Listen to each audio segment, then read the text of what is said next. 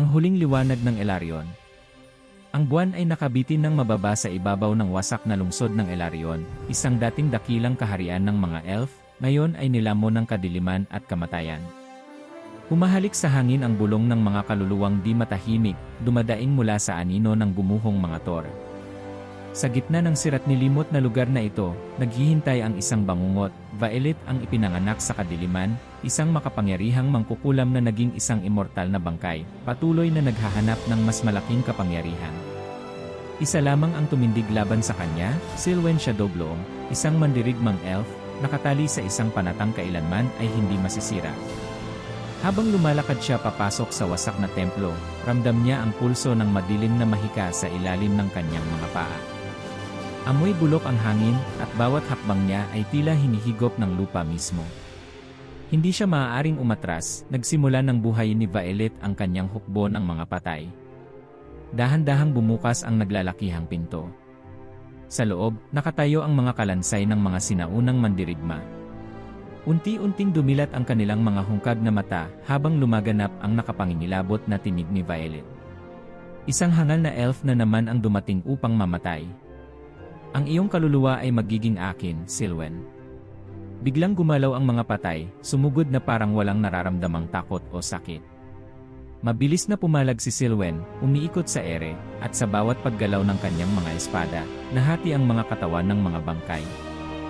Ngunit hindi sila sumusuko, tuloy-tuloy silang lumalapit, pinapatakbo ng kapangyarihan ng kanilang Panginoon. Mula sa altar, isang bugso ng kulay lilang apoy ang sumabog, at sa dilim, lumitaw si Vaelit.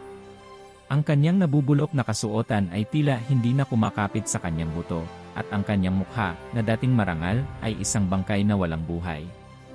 Itinaas niya ang kanyang isang kamay, at isang alon ng kadiliman ang bumalot sa silid.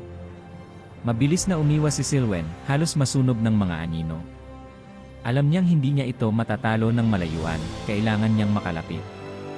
Hindi ka nababagay sa mundong ito, multo, anya, malamig ang boses. Dapat ka nang bumalik sa walang hanggan. Tumawa si Vaelit, nag-aalab ang kanyang hungkag na mata. Napagtagumpayan ko na ang kamatayan, elf. Ano ang magagawa mo upang burahin ang isang walang katapusang nilalang? Umikit si Silwen sandali, tinawag ang sinaunang mahika ng kanyang mga ninuno.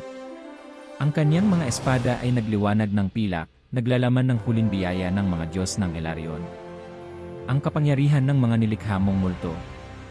Sa isang iglap, sumugod siya, itinarak ang kanyang mga espada sa nagkukulang katawan ni Vaelit. Ang kanyang sigaw ay yumanig sa buong templo, at ang kanyang katawan ay bumagsak sa alab ng sariling kadiliman. Kasabay nito, bumagsak ang kanyang hukbo, at ang kanilang mga buto ay naging abo sa hangin. Tahimik na bumalik ang Elarion sa katahimikan. Wala nang bulong ng mga patay. Wala nang malamig na hangin puno ng takot. Nag-isa si Silwen sa gitna ng guho, hinal at pawisan. Nanalo siya. Ngunit sa dilim, may gumagalaw pa ring anino.